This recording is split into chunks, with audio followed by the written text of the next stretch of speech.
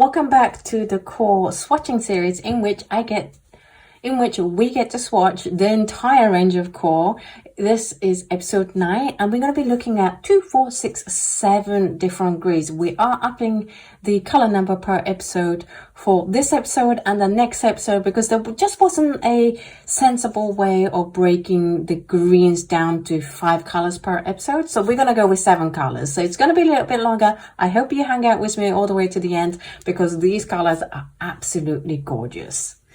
In this video, we're going to be taking a looking at Phthalo Turquoise, which is made with PB15:3 and PG7, Cobalt Turquoise made with PB36, Cobalt Teal made with PG50, Viridian Green made with PG18, Phthalo Green Blue Shade made with PG7, Permanent Green Light made with PG7 and PY3, and the Cobalt Green made with PG26. First up, we have the Phthalo Turquoise, and it's a mix of PB15:3 and PG7, which is the same mix as the manganese blue that we saw in the previous episode. So let's bring that up.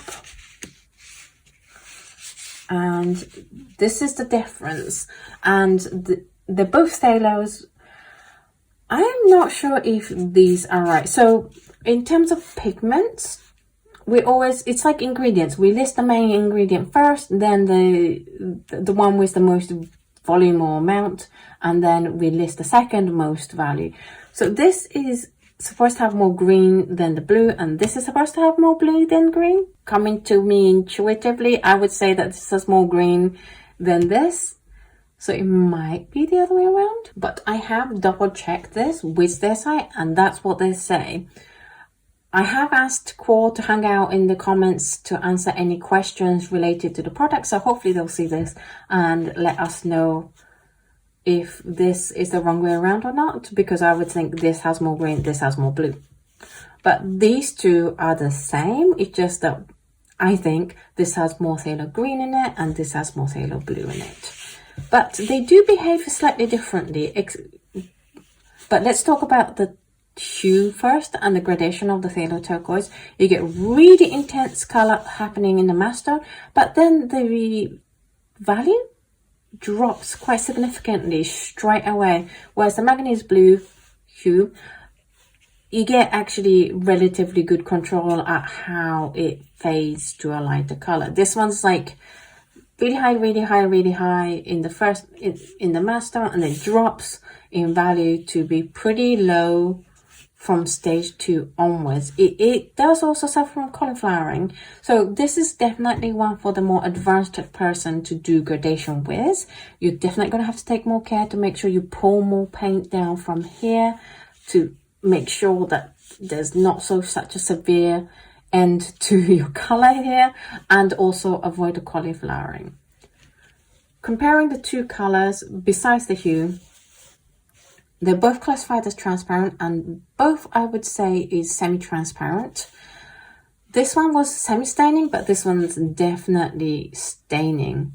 In terms of glazing, I said good, but the master, it's very difficult to get an even color. So although it didn't get the light outline of a box thing, we get all this unevenness happening here.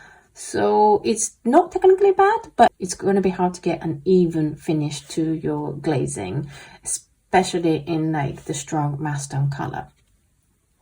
In terms of value, this is the much higher tinting strength color than the manganese blue, and you get nice strong mixes happening. You get, I would say this is more of a Phthalo Turquoise color. If I think of Phthalo Turquoise color, this is the color I'm thinking.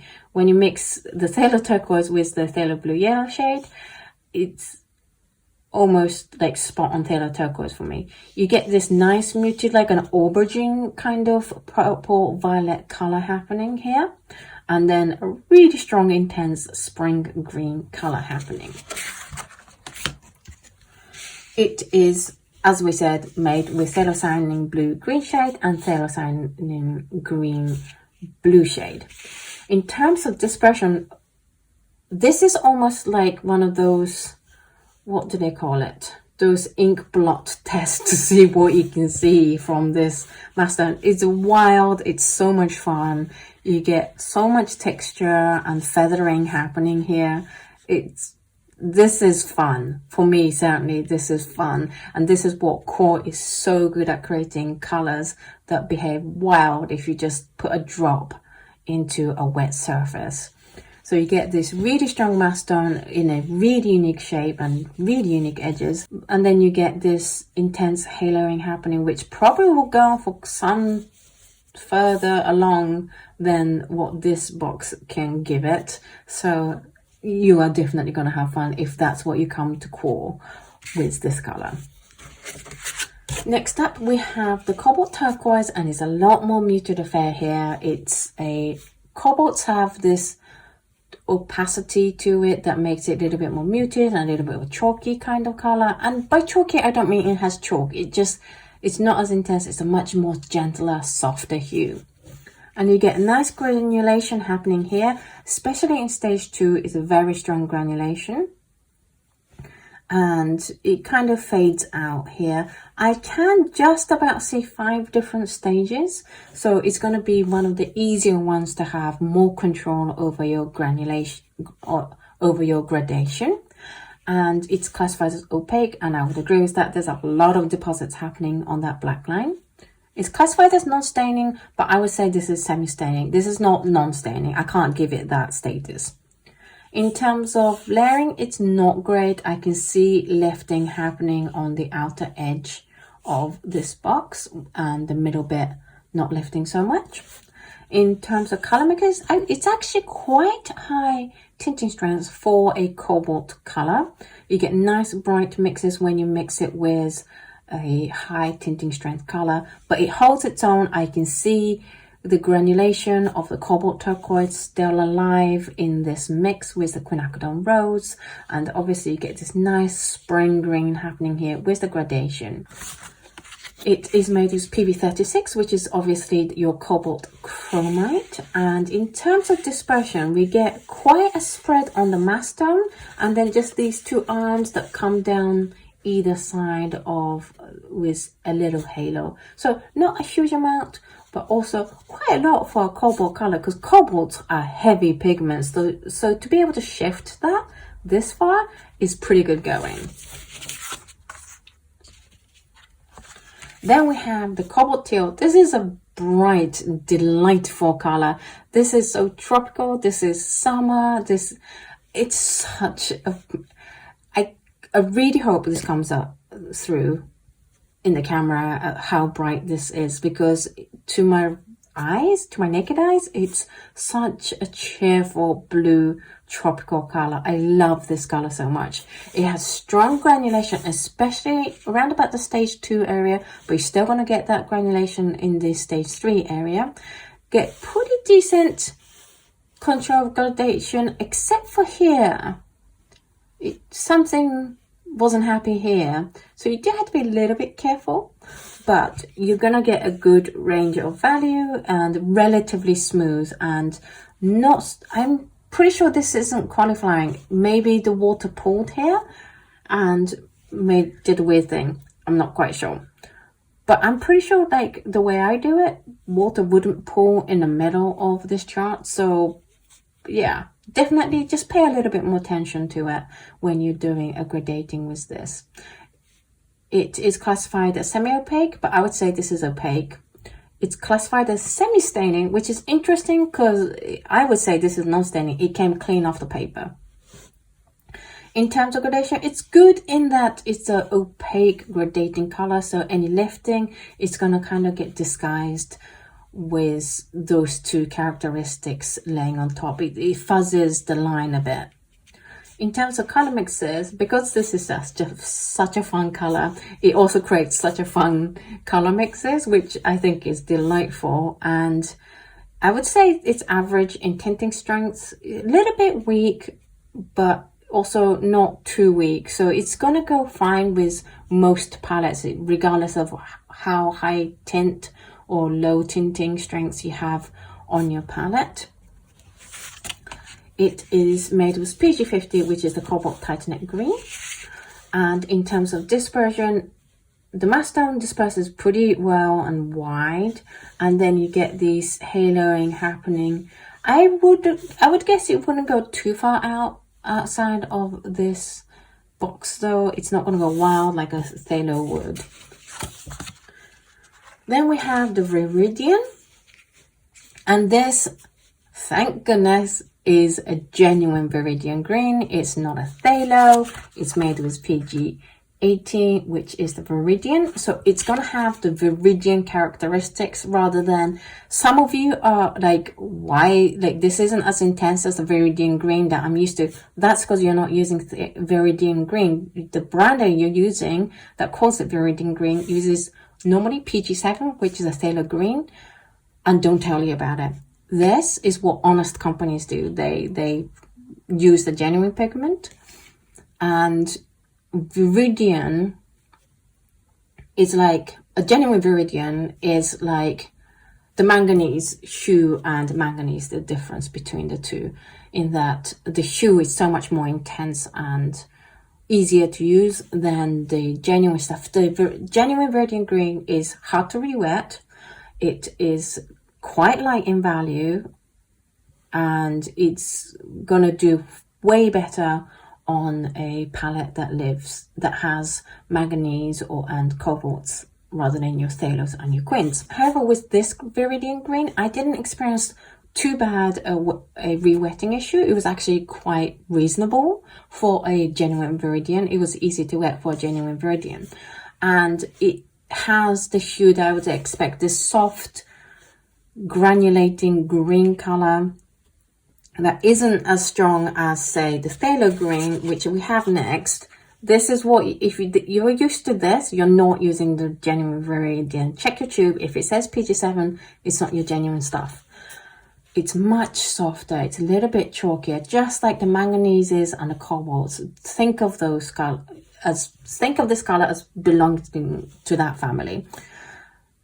And you have you do lose a lot of value after the mass tone. These, like stage 3, 4, 5 is pretty much the same, and you know there's a significant loss of value here. So probably use Viridian in its mass tone. And gradating is going to be a little bit harder, so be careful with that. But it doesn't suffer from any qualifying issues, so at least you don't have to worry about your water control quite so much. It is classified as semi-transparent. I would agree with that. It is classified as semi-staining. I would say it's staining. It's pretty heavy staining, which makes it for a good glazing color. Because it's a little bit harder to re-wet and it is a staining color, you get nice glazing layers on top of each other. It is low in tinting strengths. You know, think of cobalt kind of colors and manganese kind of colors. Is pretty low in tinting strength. So when you're mixing it with high tinting strength like we're doing here, it kind of gets lost easily, and you need a lot of Viridian to even show up to the color mixes with these colors. So if you have these strong colors like my palette, then it's not gonna go well on your, in terms of color mixes. But if you have this lovely soft low tinting strength, this is going to be such a great addition. It's like a softer version of a phthalo green. Talking of phthalo green, we have one right here coming up next, and this is the phthalo green blue shade, and this is a very intense, very bright, transparent green, and that's what we get. The phthalo green for QoR actually gives you a deeper mass tone than a lot of other phthalo green colors. Some brands you only get about here, whereas you get this nice deep green, like almost like a Christmas green color.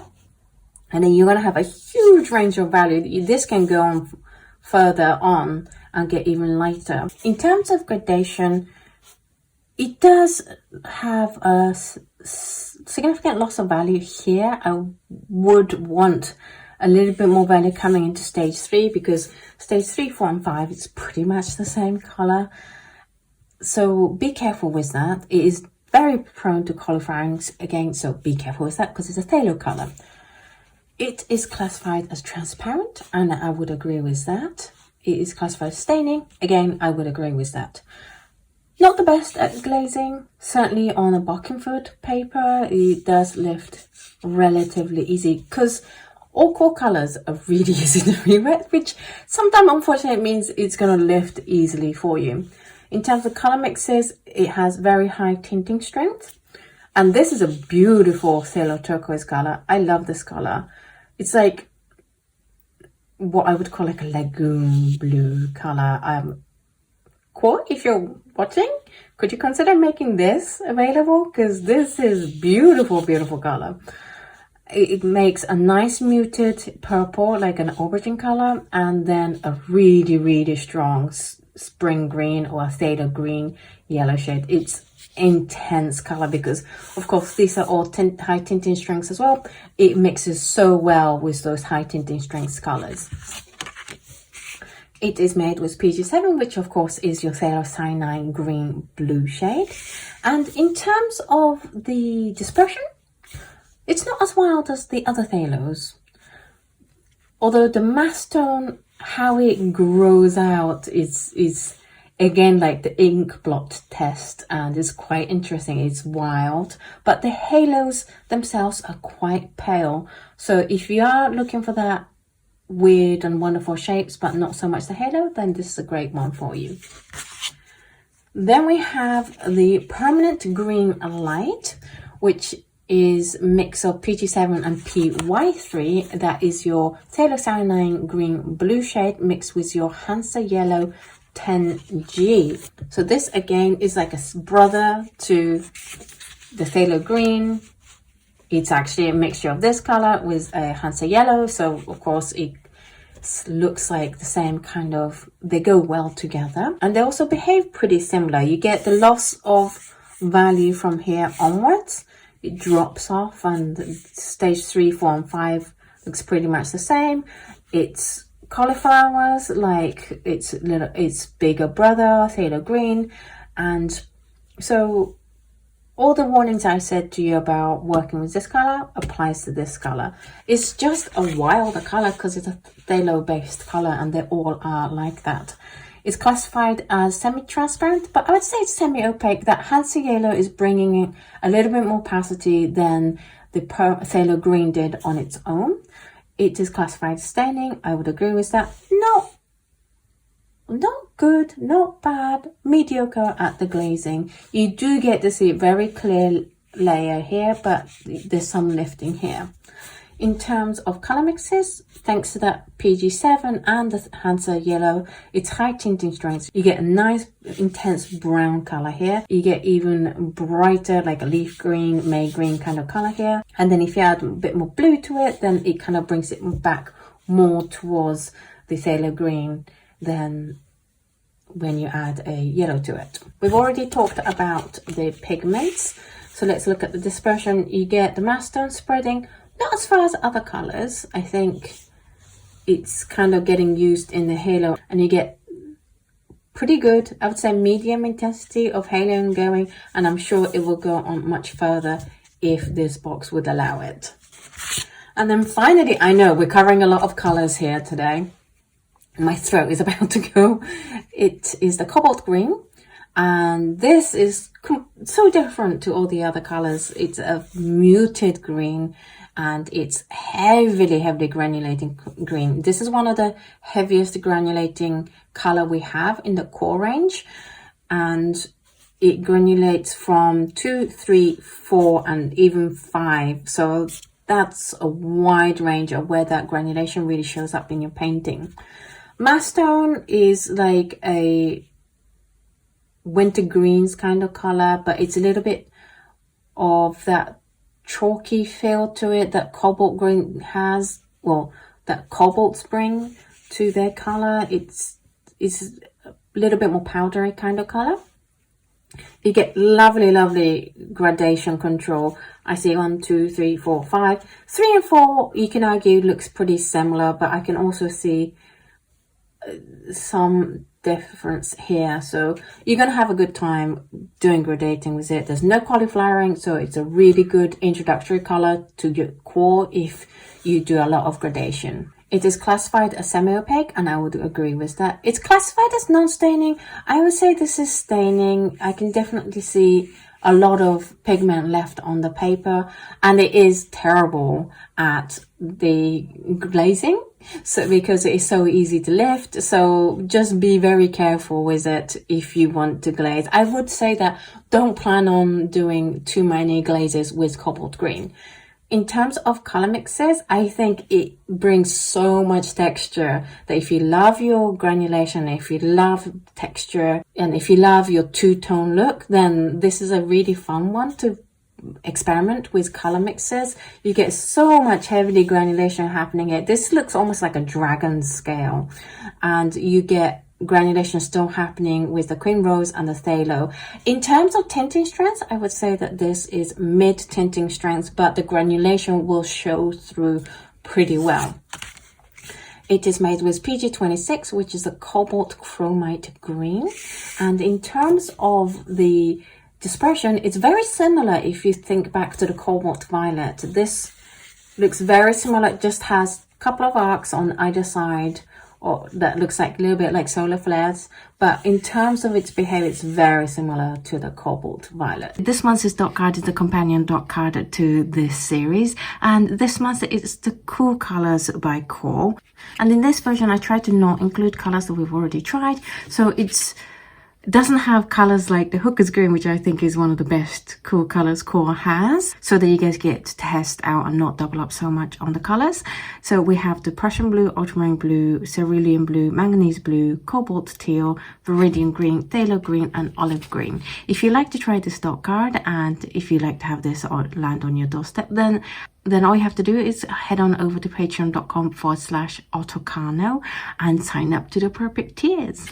So that's it for this episode. What did you think of these greens? Which one was your favorite? I think these are all wonderful greens, but if you are a big fan of the granulation, as I said, go for the cobalt green. It's so granulating. I'm really happy to see Viridian Green being the genuine Viridian Green, but I think you can guess which one's my favorite for this set of colors, and that is the Cobalt Teal. That is such a fun Cobalt Teal, and I think a lot of people are looking for this brighter, more intense Cobalt Teal from other brands. Then definitely give the QoR one a try. It's going to be expensive, but I would say it's definitely worth the extra money to get the brighter, more happy, chirpy, kind of more tropical kind of Cobalt Teal, if that's what you're looking for. If you're not looking for that, it's not worth paying the QoR price and the Cobalt price to get this color. There are other brands that are cheaper, but if you are looking for that something special, something that stands out, I mean, you can see this color stands out from the other greens in terms of how bright and tropical it is. If you have any questions about these colors, please do ask away on the comments down below, and hopefully QoR will come in and answer your questions for you, because they are amazing brands like that. Thank you so much to QoR for sending me these samples to swatch. They're so much fun because they all have really strong characteristics. In the next episode, we're going to be carrying on looking at the greens, and I'm so excited because in that one is one of my favorite QoR colors, which is the Hooker's Green. I know we covered it in the Colossal Color Showdown, but I'm still excited to be able to show it to you guys again in the next episode. So I hope you guys are excited for that, and we have 6 other greens to cover on top of the Hooker's Green, so definitely look forward to that. Thank you so much for watching this video. Links down below for where you can buy these colors, yada yada, all the usual. Subscribe, like, all that stuff. Thank you so much, because they really do help. And I will see you in the next video. Bye!